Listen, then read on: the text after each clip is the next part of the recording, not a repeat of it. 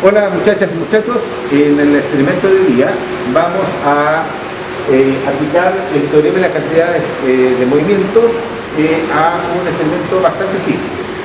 Como ustedes saben, y como ya vimos en clase, el teorema de la cantidad de movimiento no es más que aplicar la segunda ley de Newton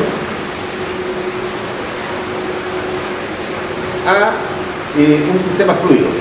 Y si lo hacemos desde el punto de vista integral, esta segunda ley de Newton se nos traduce, después de aplicar el teorema del transporte de Reynolds, en que la suma de las fuerzas externas, ¿no es cierto?, es igual a la variación de momentum dentro del volumen de control más el flujo de momentum a través de las superficies que definen el volumen de control, este término que está acá. En el experimento vamos a simplificar esta ocasión porque vamos a trabajar con un flujo permanente. El flujo permanente, este término desaparece. Por otro lado, este integral nos está definiendo el flujo a través de las superficies de volumen de control. Y a modo de ejemplo, por ejemplo, tomemos un tubo de flujo que tenga una entrada y una salida. Como ustedes saben, un tubo de flujo no es más que un conjunto de líneas de corriente limitadas por una curva cerrada. Y por su definición, un tubo de flujo no puede tener velocidades que sean perpendiculares a la línea de corriente. Por lo tanto, hay velocidad solo a través de esta superficie y de la superficie que podríamos decir que es de salida. Entonces, si decimos que la superficie que define el volumen de control es igual a la superficie del manto, más, llamemos esto la superficie de entrada, más la superficie de salida, que sería esta acá, como dijimos que no hay flujo a través del manto, esta superficie no va a contribuir. Ahora, acá existe un producto punto entre la velocidad y la normal de la superficie. La normal de esta superficie de entrada va en la dirección opuesta a la velocidad, por lo tanto al ser el producto punto en la entrada acá nos va a aparecer un signo menos. Y a la salida, la normal va en la misma dirección del vector de salida, por lo tanto queda más. Si consideramos que en cada sección las propiedades son constantes, o sea, la velocidad no está variando y la densidad tampoco está variando en la sección, podemos sacar esos términos fuera del integral. Pero estamos diciendo que no varían en la sección, pero pueden estar variando a lo largo del tubo de flujo. O sea, tener una velocidad que es constante acá, pero que puede ser distinta a la que tenemos a la salida. Y al hacer eso, este término simplemente nos queda como ρ, la velocidad. Como dijimos que esto lo estamos dividiendo en una superficie de entrada y una salida, consideremos la de entrada, o sea, esta será la velocidad de entrada, y este término que está acá no es más que la velocidad de entrada por la superficie de entrada. Y lo mismo con el término de salida. Ahora, la velocidad de entrada por la superficie de entrada no es más que el caudal que está entrando. Y lo mismo ocurre con la velocidad de salida por la superficie de salida, no más que el caudal que está saliendo. Pero, como estamos diciendo que estamos trabajando en un flujo permanente y nos acordamos de la ecuación de continuidad, y la ecuación de continuidad, ¿no es cierto?, nos dice de B a dt más el caudal que sale menos el caudal que entra igual a 0, que es permanente, eso vale 0, al final resulta que el caudal que sale es igual al caudal que entra, y eso simplemente lo vamos a llamar Q. Por lo tanto, podemos reemplazar todos estos términos en la ecuación de acá arriba, simplificando, ¿no es cierto? Y nos va a quedar, como era permanente, desapareció el término que tenía la variación en el tiempo, y nos va a quedar rho Q por la velocidad que sale menos la velocidad que entra. Pero no nos olvidemos que estas velocidades son vectores. ¿Ok? Ahora, esto que está acá tiene los supuestos que hicimos delante, que la velocidad no está variando en el tubo de flujo. O sea, si yo mirara de lado, por ejemplo, el tubo de flujo, el perfil de velocidad debería ser uniforme.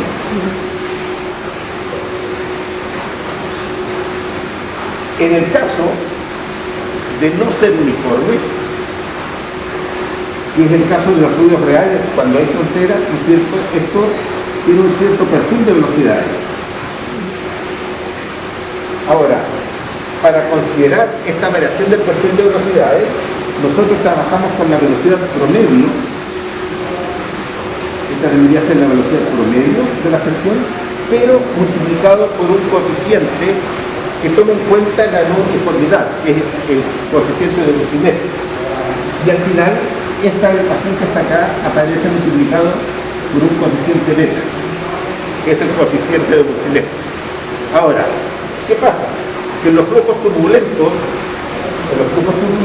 beta es muy parecido a 1. Por lo tanto, usualmente, cuando estamos trabajando con flujos turbulentos, simplemente no lo escribimos. ¿Ya? Entonces, al final, la experiencia que vamos a realizar es bastante simple. Vamos a aplicar esta ecuación. Vamos a considerar flujo turbulento, de tal manera que beta es aproximadamente 1, o sea, no lo vamos a escribir acá cuando se haga el análisis. Y va a consistir en un chorro que impacta una superficie. Por ejemplo, consideremos una superficie conformada por un disco, donde acá viene el chorro, impacta y el chorro se deflea. Entonces, si nosotros queremos mantener en una cierta posición fija este disco, necesariamente eso tiene que tener una fuerza que esté equiparando el momentum que está teniendo el flujo que le está llegando. En este caso en particular, acá sería la velocidad de entrada y la velocidad de salida sería la que está saliendo por el perímetro. Ahora, si esto es un disco y hay simetría axial, este sistema tiene una entrada y una salida, no dos salidas. Porque piensen ustedes que el flujo está entrando, pero acá arriba está saliendo de manera radial en todas las direcciones. Por lo tanto, la superficie de salida es una sola. Todo este perímetro por este espesor. ¿Okay? Entonces podemos usar esta ecuación. Y podríamos tener otra situación que también se va a experimentar, donde en lugar de tener una placa, tengamos, por ejemplo, un cuerpo de esta forma. De tal manera que el chorro que llega impacta, pero esta es la velocidad de entrada y aquí está saliendo. Como esta es una ecuación vectorial, hay que hacer el equilibrio en todos los ejes. Y evidentemente en el eje vertical está actuando la gravedad, por lo tanto hay un peso que hay que tomar en cuenta que viene a ser el que uno está poniendo encima, la fuerza que está ejerciéndose sobre esta geometría, como lo vamos a ver en la instalación experimental. Entonces el problema es bastante simple. ¿Por qué? Porque en el experimento, ¿en qué va a consistir? Vamos a poner un chorro se va a conocer el caudal, eso se va a medir, se va a conocer el diámetro del chorro. Como es un chorro, ya hemos visto en clase que la presión en el chorro es la del medio que lo rodea. Y si este chorro está a presión atmosférica, el chorro va a tener presión atmosférica, va a impactar acá y el momentum, esto, va a ser equilibrado por una fuerza. Entonces, ahora veamos la instalación experimental para explicar cómo se van a generar estos chorros y estas fuerzas que vamos a estar poniendo acá. Esta es la instalación experimental. Acá abajo tenemos un estanque donde está el agua. Hay una bomba que es accionada de tal manera que el agua sube a este sistema. Acá hay un sistema de tuberías. De esta tubería, de esta boquilla, sale el chorro que impacta sobre este cuerpo que está arriba, que tiene una geometría cóncava por dentro. El agua cae y vuelve aquí, sale por esta tubería que está acá, que es donde vamos a medir el caudal. Y bueno, y esto vuelve por este estanque al de abajo y está permanentemente recirculando. Esto es en líneas generales. Entonces, ahora veamos una visión más cercana de cómo es la parte del chorro que impacta al cuerpo y cómo vamos a estar midiendo las fuerzas. Este es un detalle de la instalación. Aquí está la tubería, la boquilla. Por acá es donde va a salir el chorro de agua que va a impactar ese cuerpo que está ahí. Ese cuerpo es parecido a este que tengo acá, y si se fijan ustedes, por dentro es cóncavo. El que está instalado es una semiesfera. Este es un cono. De tal manera que cuando llegue el chorro se va a deflectar y va a salir, y como indicaba anteriormente, tiene solo una superficie de salida, tiene una de entrada y una de salida que abarca todo el perímetro. Y eso es lo que está ahí. Ahora, debido al impacto del chorro, esto va a tender a subir. Pero acá hay un sistema de pesas y resortes que ustedes o que nosotros vamos a tener que hacer de tal manera de empezar a poner pesos acá, de tal manera de mantenerlo en la situación de equilibrio, que es cuando la aguja está apuntando en el sacado de este vástago que hay ahí. Entonces, debido al impacto del chorro, esto sube, porque hay una fuerza, ¿no es cierto?, que se debe a la transferencia de momentum al cuerpo, y al poner los pesos acá, vamos a ir poniendo un número de pesos de tal manera que lo llevemos a la condición de equilibrio. Y ahí vamos a poder determinar la fuerza y comparar el resultado teórico, ¿no es cierto?, que sale de decir que la fuerza es proporcional a la densidad por el caudal y la velocidad, o la diferencia de velocidades, con lo que se esté midiendo. En los experimentos, como dije, vamos a usar tres geometrías distintas. Vamos a tener esta que está acá, que es plana por abajo, o sea, el chorro va a llegar perpendicular a esta superficie y va a salir de manera radial. Esta otra, que es cónica, o sea, llega el chorro y va a salir con un cierto ángulo dado por el cono. Y la que está instalada acá, que podemos sacarla, que como ustedes pueden darse cuenta es un semi-hemisferio, ¿ya? De tal manera que el chorro llega perpendicular al centro y sale paralelo al chorro de entrada por la geometría. Entonces vamos a cambiar esta configuración para distintos, después que hagamos distintas mediciones con distintos caudales. Ahora,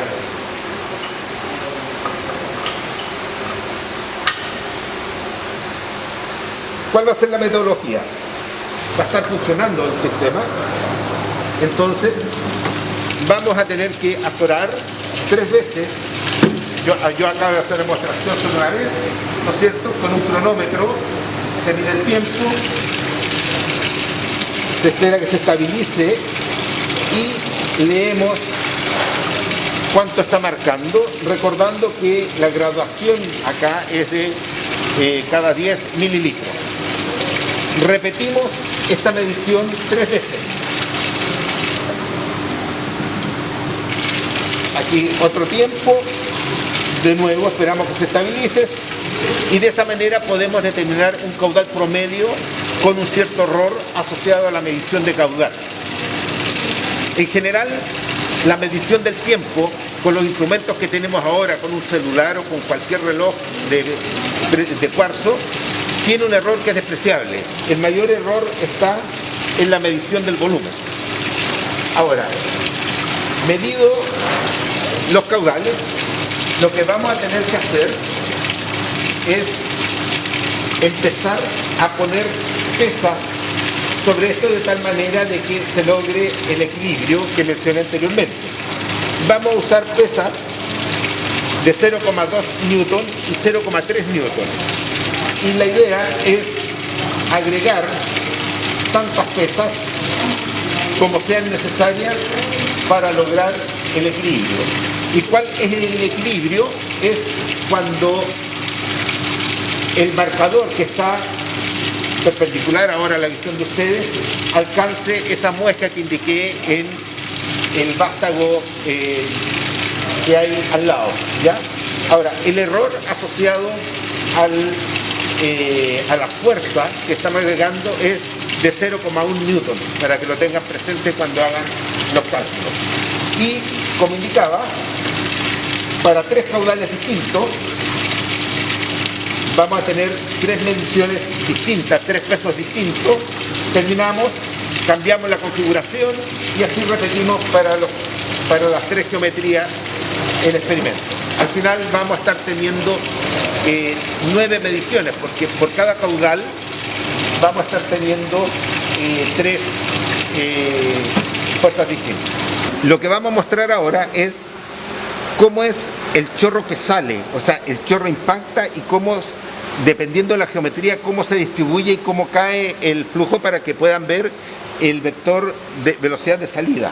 Entonces, sí, la configuración que está puesta ahora corresponde al a la semiesfera, de tal manera que cuando sale el chorro, ustedes pueden ver que sale prácticamente paralelo al chorro que le llega, la velocidad de salida. Ahora, cambiemos, por ejemplo, simplemente a este plano para que veamos la gran diferencia. La idea ahora es mostrar cómo cambia el chorro de salida cuando cambiamos la configuración. Entonces, esto es muy simple, podemos cambiar esta geometría. Pongamos, por ejemplo, este caso extremo, ¿no es cierto?, que es solo un disco plano.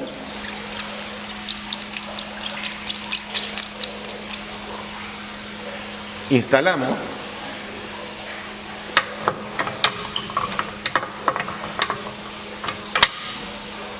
Y ahora voy a echar a andar el chorro.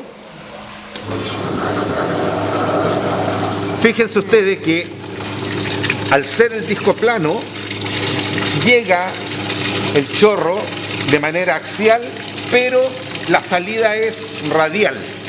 Y fíjense que tiene solo una salida, porque hay solo una sección de salida en todo el perímetro del disco. Entonces está saliendo radialmente. Y por último, veamos cómo es el chorro cuando sale, cuando tenemos una superficie cónica. Ahora instalamos la superficie cónica y veamos cómo está saliendo el chorro. Se fijan que no es radial, como en el caso de la superficie plana, pero tampoco es paralela al chorro de entrada. Ahora acá existe una pequeña distorsión, pero es porque esto no está bien alineado.